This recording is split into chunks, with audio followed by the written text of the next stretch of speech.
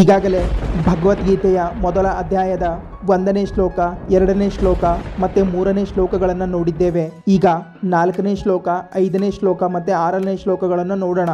ಅತ್ರ ಶೂರ ಮಹೇಶ್ವಾಸ ಭೀಮಾರ್ಜುನ ಸಮಾಯುಧಿ ಯುಯುಧಾನೋ ವಿರಾಟಶ್ಚ ದ್ರುಪದಶ್ಚ ಮಹಾರಥಃ ದೃಷ್ಟಕೆ ತುಚ್ಚೈಕಿನಾತನಃ ಕಾಶೀರಾಜಶ್ಚ ವೀರ್ಯವಾನ್ ಪುರುಜಿತ ಕುಂತಿಭೋಜಶ್ಚ ಶೈಬ್ಯಶ್ಚ ನರಪುಂಗವಃ ಯುದ್ಧಮನಶ್ಚ ವಿಕ್ರಾಂತ ಉತ್ತಮೋಜಶ್ಚ ವೀರ್ಯವಾನ್ ಸೌಭದ್ರೌ ದ್ರೌಪದೇಯಾಶ್ಚ ಸರ್ವ ಏವ ಮಹಾರಥಃ.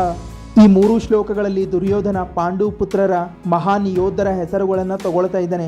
ದುರ್ಯೋಧನ ದ್ರೋಣಾಚಾರ್ಯರಿಗೆ ಹೇಳ್ತಾ ಇದ್ದಾನೆ, ಭೀಮ ಮತ್ತೆ ಅರ್ಜುನನಿಗೆ ಸಮನಾದ ಸೇನಾ ಪರಾಕ್ರಮದಲ್ಲಿ ದೃಷ್ಟಕೇತು, ಚೇಕಿನಾಥ, ಕಾಶಿಯ ರಾಜ, ಪುರುಜಿತ, ಕುಂತಿಭೋಜ ಮತ್ತು ಶೈಬ್ಯರಂತಹ ನಿಪುಣ ವೀರರು ಇದ್ದಾರೆ. ಉತ್ತಮೌಜರು, ಸೌಭದ್ರೆಯ ಮಗ ಮತ್ತು ದ್ರೌಪದಿಯ ಪುತ್ರರು ಎಲ್ಲರೂ ಮಹಾನ್ ಯೋಧ ನಾಯಕರು ಅಂತ ಹೇಳ್ತಾ ಇದ್ದಾನೆ.